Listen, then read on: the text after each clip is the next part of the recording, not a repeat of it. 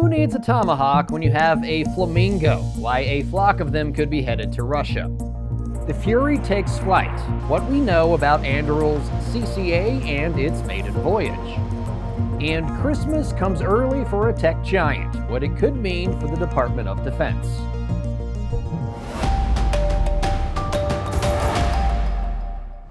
Hello and welcome to Weapons and Warfare. Our goal here on the show is pretty simple.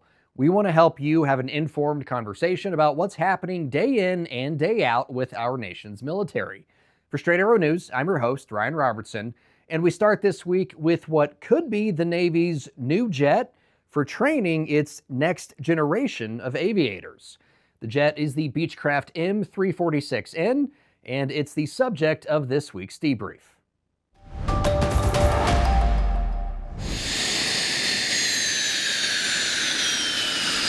At first look, the M-346N looks and sounds every bit the kind of jet pilots would love to take for a spin. But it's in the air, where its makers hope it's the kind of jet the Navy wants to replace an aging fleet of T-45 trainers. Some of the things you'll notice, there's two engines in this aircraft, so we have the redundancy of two, so this is a safety factor if there was some kind of bird strike or engine event. Plus you allow the training for a two-engine platform, so if the students are going to go to the F-18 two-engine airplane, you have the ability to train to that in the advanced jet trainer. The Beechcraft M-346N is a variant of the M-346, originally designed by Italy's Leonardo, but it's been tweaked for the U.S. Navy. As Matt Hall, the North American Director of Sales, Training, and Services for Textron Aviation Defense explains, his company sees the jet as the next chapter in its partnership with the U.S. Navy. We have a long history in naval aviation training stemming all the way back to World War II. So aircraft like the T-34, the T-6, the T-44, the T-54, and now we hope will be the M-346N that the Navy will go ahead and move forward with for purchase for the undergraduate jet training system. Textron and Leonardo teamed up to offer the Navy a platform they say delivers trainees everything they need to take the next step in flight training.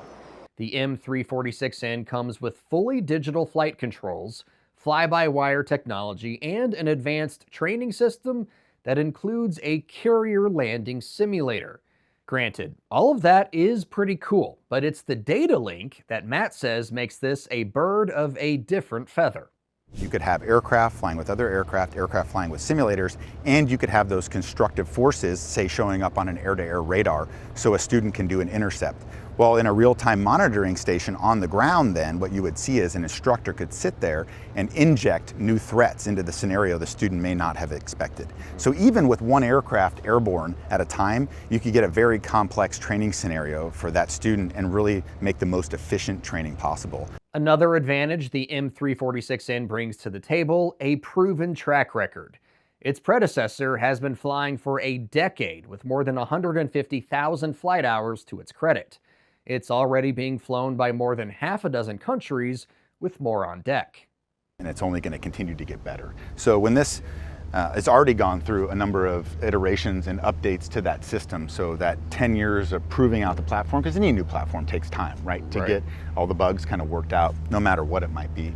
But that has now been done, and then now they're able to leverage those improvements to even make the systems we've been talking about. One more unique feature the M-346N offers, an improved vantage point for the pilots training the students. One thing you'll really notice is just the elevation difference between the front and the rear cockpits. So the visibility out of the rear cockpit when I flew last Thursday is just amazing. It actually felt like I was flying from the front seat. Forgot I was in the back.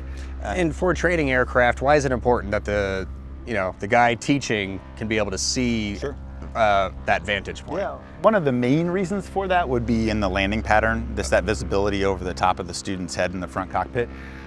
This has a great capability for that. And in other aircraft where that visibility isn't as good, you wouldn't put a HUD there because you just wouldn't have the need for that kind of system, because you would be looking at the back of someone's head.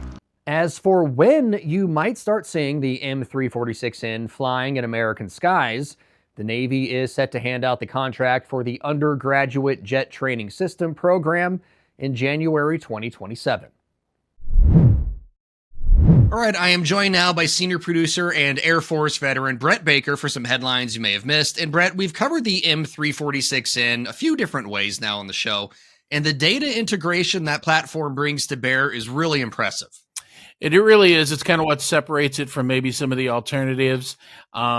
Just the fact that you can link up with, other guys in the air or other guys on the ground and create kind of a full scenario plan for whatever training is needed really makes that thing kind of a standout project.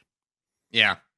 And, being able to augment reality and practice carrier arrested landings and everything like that, like good skills to have for a lot of those guys, right? So, all right, let's get to those headlines.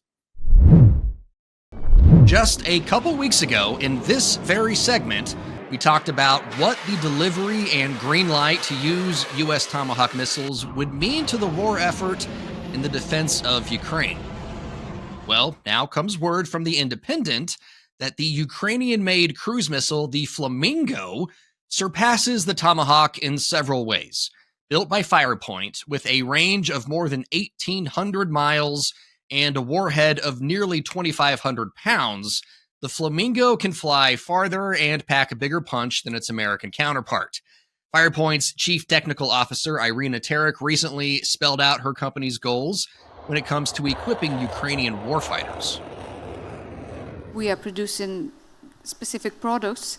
These products and overall things around this, we're trying to provide a service. Something very user-friendly, something very easy to use, not too complicated, not too expensive, refillable, and constantly present on the front line, something that you could really rely on. And while discussing whether or not Shahed looks dangerous or not, what really is dangerous is a constant supply that never stops. That was at Defense Valley Tech 2025 in Lviv, Ukraine, an event we actually attended and got a good look at the Flamingo for ourselves, or a model representation of it, rather. Brett, Firepoint is really trying to fill a gap in Ukraine's arsenal, and I just saw that Mike Pompeo, the former U.S. Army officer and CIA director under Trump 1, recently joined Firepoint's board of advisors. Right. Well, as far as I'm can't speak to that part of it, but as far as the Flamingo, you can definitely tell it's something like they're not going to wait around. They've got stuff they need to take care of, and if they can fill that void with something that they can reproduce in the country, then they're going to do it. I think they're taking some repurposed engines from some Russian era stuff to get this done. I don't know how long those engines will last, like how many they have. But it's definitely a clear sign that the Ukrainians aren't just going to be waiting to be helped out. They're doing a lot for themselves. Right. So Mike Pompeo, just real quick, Mike Pompeo was added as an advisor because there was some Firepoint got some really good contracts really quickly. Got a lot of money from Ukraine. So it's like, is this all on the up and up? There were some questions there because Ukraine, does have a history under Soviet and Russian rule of having some less than honest people running things, right? So they brought in Mike Pompeo to kind of, help, make sure that things above board. Exactly. All right, let's get to the second headline. For the second week in a row, we're talking about Anduril, and it's another biggie. Earlier this month, we got our first look at an airborne Fury. That's Anduril's entrant into the DoD's competition for the Collaborative Combat Aircraft, also known as a Loyal Wingman. As Anduril's press release states, they went from clean sheet to first semi-autonomous flight of a CCA in 556 days. Officially known as the YFQ-44A Collaborative Combat Aircraft, Anduril built an incredibly complex machine in less than 2 years. Brett, we've been covering this thing since its inception, really. Kind of cool to see it in the air, finally, right? Absolutely. And yeah, that timeline, such a short window from, blank sheet of paper to getting that thing up in the air incredibly impressive for any group, let alone one that's doing as many varied and diverse projects as Anduril is doing. But it's a sure sign that the CCA project, the competition between the two entities is going to go strong. I think it's good for both that they're both up and flying already, and then that just brings whatever the decision the DoD eventually makes that much closer to the fore. So we can move on forward with whichever one they select and make that a part of the fleet. And finally, will it be an early Christmas for Google? The tech giant has plans to build a significant artificial intelligence data center on Christmas Island, a remote Australian territory in the Indian Ocean. That news follows a cloud agreement with Australia's Department of Defense earlier this year. Reuters broke the story after reviewing some documents and speaking with officials involved in the project.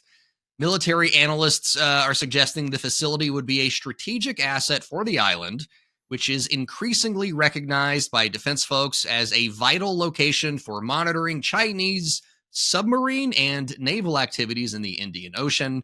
Brett, I was talking with a former admiral for a story about hypersonics in Hawaii a couple of weeks ago, and he said that they're starting to be able to track a submarine underwater based on the ripples at the surface. But in order to do that, the level of computing power is off the charts. So, maybe this Christmas Island data center is part of that. I'm not sure. I'm just kind of putting that information out into the ether. Right. Yeah. It's hard to know what's going to be what, but I think it does speak to the interest that's going on in the Indo-Pacific.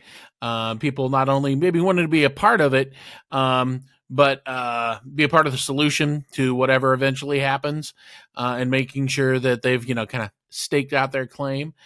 Obviously, Google has got deep pockets. So to pull off a project like this doesn't seem beyond expectations. But yeah, it'll be interesting to see how all of this plays out and if that plays a role in anything, because strategically, it's certainly an important place. Right. Yeah, the People's Liberation Army Navy, we've talked about this, kind of tailor-made to keep the U.S. out of the area. So if anything kicks off there, the U.S. is going to need partners in the region, right? And Australia, Japan, South Korea, and others, they all kind of recognize, the better partner to have between the U.S. and China is the U.S. So, all right, Brett, really appreciate your time. As always, we'll see you next week. See you next week. It's time to break up with mainstream media and try something new. At Straight Arrow News, we're bringing back trustworthy journalism. Bringing you news, not noise. Bringing you facts, not fluff. Bringing you clarity, not chaos. We are Straight Arrow News, the news you've been looking for. For unbiased, straight facts, visit san.com.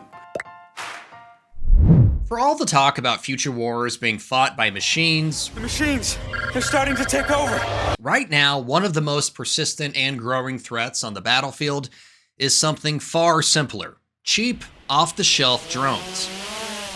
These unmanned aerial systems, or UAS, have become the new IED. Hard to spot, deadly, and everywhere. But what if the solution to a machine threat is an even smarter machine? That's where AimLock comes in, and why they're the subject of our Weapon of the Week. For AimLock, the job isn't just trying to shoot drones down, it's about providing autonomous counter-UAS systems. An automated defense that can detect, track, and neutralize threats with both speed and precision. So we use our Keystone core targeting module to accelerate target acquisition and calculate all of the advanced fire control. Most of the time that's deployed onto a remote weapons turret, which is why you see so many variations of that. These just match up with the specific mission sets that our end user customers have. But when we integrate into larger systems, that same module integrates radar sensors, camera sensors, and any other kind of effector like missiles and rockets as we need them. As Brian Bachman, the president and CEO of AimLock, sees it, the U.S. military has a full arsenal of kinetic weapons like machine guns, grenades, and rocket launchers that are still effective, but risk becoming obsolete if they can't be used in the right place at the right time. So having all these uncrewed systems, whether they're aerial or they're ground systems or even sea surface systems, all of those new assets allow us to deliver the weapons to the right place at the right time. So we focus on building safe and secure autonomy to control these weapons so that the warfighter can focus on getting their job done. Bachman says AIMLOC took lessons learned from the dawn of the smart weapon era to deliver something that's more cost-effective and adaptable to new weapon systems that come online. So by creating modules, it allowed us to experiment, learn what we needed to learn, take advantage of whatever the circumstances are at the moment, and put together the right system for the right time. The great part about that is, as soon as one piece becomes obsolete, you can replace just that one piece, and the rest of the system keeps marching forward. You bet. Let's talk about distribution, clients, customers, all that kind of stuff. Yeah. Where are you guys operating? Who buys your stuff? That kind of thing. Right. Yeah, we've got a global market. The U.S. State Department regulates the transfer of our weapons technology out to our partner nations. So all of NATO, Indo-Pacific, all of the partner nations in each of these areas are verified recipients of these export licenses. So AIMLOC works to make sure that the electronics, the software, and all of our manufacturing partners are properly licensed. We transfer the equipment to those nations, then train and sustain after that. As for what's next, Bachman says they've developed partnerships with Overland, AI MVP Robotics, and Teledyne to deliver on several experiments set for the next year. He tells us warfighters have already started taking delivery of these new systems so they can put them to the test and develop new ways to bring AIMLOC to the fight. All right, for Comms Check this week, we are checking in with Honeywell, talking about some new engines that they are making for the Collaborative Combat Aircraft program. Here to talk a little bit more about that is Sarah Cooney with Honeywell. Sarah, thank you so much for joining us today. Well, thank you very much for visiting us. So from what I understand of this engine, it's made using components and procedures that Honeywell already has in place. So the Honeywell 1600 is actually based on years of experience that Honeywell's developed through all of our engine and our APU programs. Honeywell's produced over 115,000 engines and APUs, and in fact, we're the leading manufacturer of APUs in the world. So our technologies that we've used in the Honeywell 1600 are not only based on our experience, but also some new manufacturing techniques. So, when we say CCAs, how much, let's get into the, the nuts and bolts. How much thrust does this produce? How much does it weigh? What are some of the, the basic characteristics of it? So this is actually a scalable engine. It's currently classified for what is called the CCA Class 2 Increment 2 category in terms of competition. This one has the capability of going from 900 to 1,600 pounds. The model you currently see is roughly around 1,200 pounds in its size and class. Other information about it's currently under wraps. Sure. Got to keep the secret sauce secret, right? When we're talking about, CCAs, it's kind of supposed to be for expendable, attritable technologies is kind of the word of the day. How does adding additive manufacturing into the process help bring down that cost curve to make this an attritable engine? So what you're looking at there is actually speed of production, and because Honeywell currently has facilities that we are using additive manufacturing daily, we have FAA certification for some of our parts, and we actually have over a 25,000 square foot manufacturing facility that is additive. So when you're looking at additive, what you're also able to do is also digital engineering, model-based engineering technologies also help speed that process for build. Honeywell is using technology in production facilities that are already in place. So how many of these are we going to be able to make if the contract comes through? So Honeywell currently produces well over 10 APUs a day. We have actually over 115,000 APUs and engines produced worldwide, so we have a very significant experience in that. And the answer to that question really is how much would you like me to scale to? Thank you so much for joining us today. Really appreciate it. Thank you. All right, folks, for my wrap this week, since it's the week of Thanksgiving and all, I thought it was appropriate to spend a few moments expressing what I'm grateful for this year. My wife and kids, obviously. I love them more than anyone else on the planet, even when they're driving me bonkers, and I'm grateful for that. I'm also thankful for the guys working on this show. There are 4 of us here. We call ourselves the Quad Fathers. I trust them all implicitly, and they make me look like I know what I'm talking about every week. So obviously very thankful for that. And I'm thankful for you all out there on the interwebs watching this video right now. We make this show because we want to help you all have a better base of knowledge when it comes to our nation's military, national defense, and the like. But there would not be a show without you. So thanks for watching. And be sure to join us next week. We're talking counterintelligence with the U.S. Army's top brass. In the meantime, though, for senior producer Brett Baker, video editor Brian Spencer, and motion artist Dakota Patillo, I'm Ryan Robertson, Straight Arrow News, signing off.